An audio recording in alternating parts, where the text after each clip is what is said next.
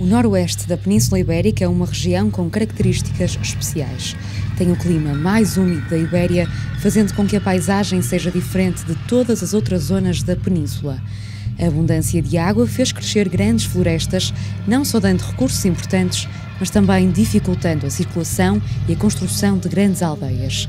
Por essa razão, a partir do fim da Idade do Bronze, os habitantes desta região começaram a construir os seus povoados no alto dos montes, e onde podiam avistar um grande território e organizar a sua defesa, construindo as suas casas num mesmo sítio, que era depois rodeado por uma muralha. Esses sítios são conhecidos como castros. Os castros foram construídos e habitados desde há mais de 3.000 anos, da Idade do Ferro até à época dos romanos, há cerca de 1.900 anos atrás.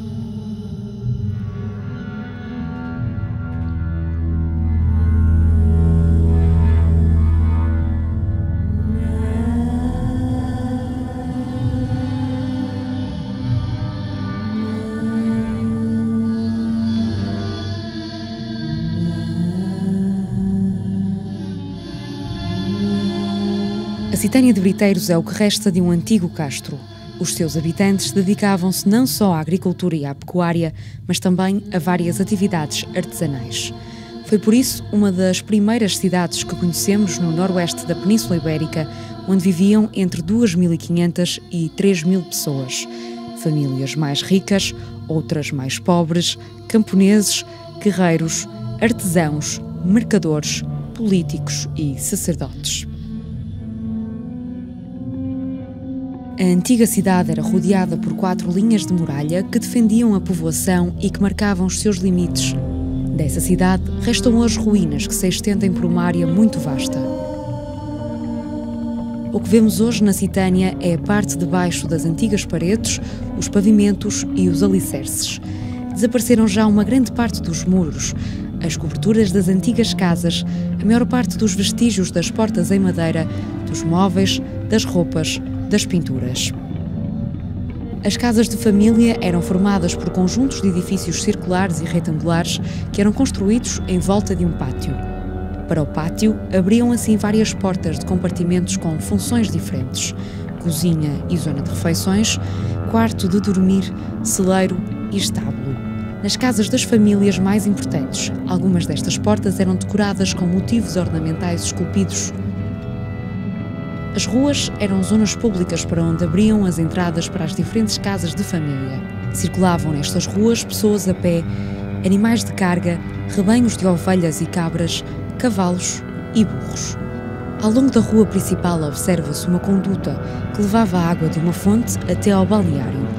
As ruas estavam então ligadas a diversas portas que se abriam nas diferentes muralhas. Eram portas estreitas, vigiadas por guerreiros para maior segurança dos habitantes.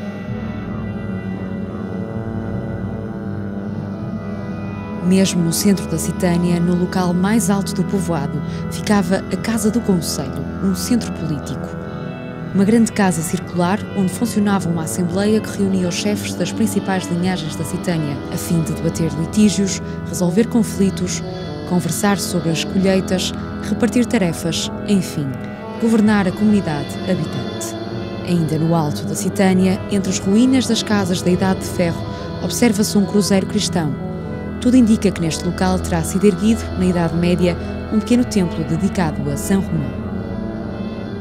Dos locais mais importantes para os habitantes dos castros eram os balneários utilizados para o ritual da sauna. O balneário era uma construção subterrânea da qual apenas se via um pátio exterior. Da antecâmara para o compartimento de sauna erguia-se a Pedra Formosa, na base da qual uma pequena cavidade permitia a passagem de um indivíduo, evitando a saída do calor. Os vapores úmidos eram provocados pela água atirada para cima das pedras previamente aquecidas no forno. Estes são apenas alguns aspectos sobre a vida na Citânia. As suas ruínas, o seu subsolo e os objetos recolhidos testemunham milénios de história agora preservados e que podem ser visitados e admirados por qualquer visitante que por aqui passe.